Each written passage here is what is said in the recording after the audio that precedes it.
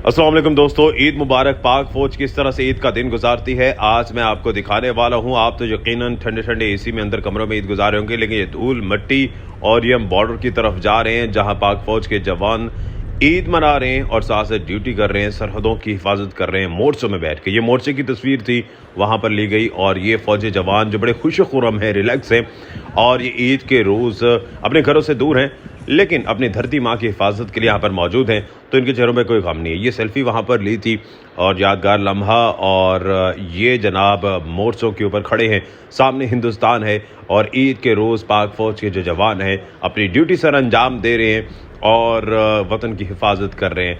ये हेलमेट मुझे बड़ा अच्छा लगा तो मैंने सोचा कि ये आपको भी दिखाऊं। यकीनी तौर पर ये ताज है सर का इन पाक फ़ौज के जवानों का, जिस धूल मिट्टी में यहाँ पर रहते हैं, गर्मी हो सर्दी हो बारिश हो, यहीं पर वक्त गुजारना है। आम रूटीन तो चलो ठीक है, लेकिन आज ईद का रोज़ है और ईद के रोज़ भी यहाँ पर वक्त गुजारना ये आसान काम नहीं है। और ये बड़े रिलैक्स हैं, ये कोई ज़ोर ज़बरदस्ती नहीं, ये अपने जज्बे हुब्बुल वतनी के तहत यहाँ पर वक्त गुजार रहे हैं। तो आज हम भी इनके साथ हैं और बॉर्डर के इर्द गिर्द जगहों का दौरा किया। पीछे हमारी टीम है उर्दू पॉइंट की और हमने रिकॉर्डिंग की। तफसीली इंटरव्यू आप उर्दू पॉइंट पर देख भी सकते हैं और ये मनासिर बड़े ज़बरदस्त थे।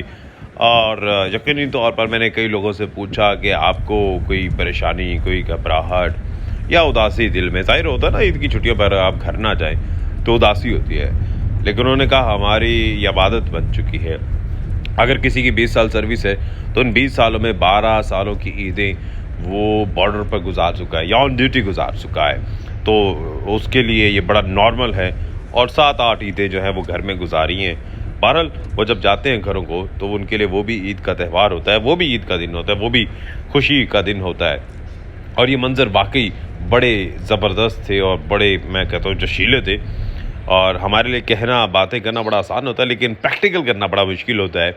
और ये हैं वो लोग जो प्रैक्टिकल कर रहे हैं, जो बातों पर नहीं जा रहे, बल्कि फ़ौजी जवान जो कि सरहदों की हिफाजत कर रहे हैं, ना सिर्फ अंदरूनी बल्कि बैरूनी सरहदों की भी हर लिहाज से हिफाजत की जा रही है।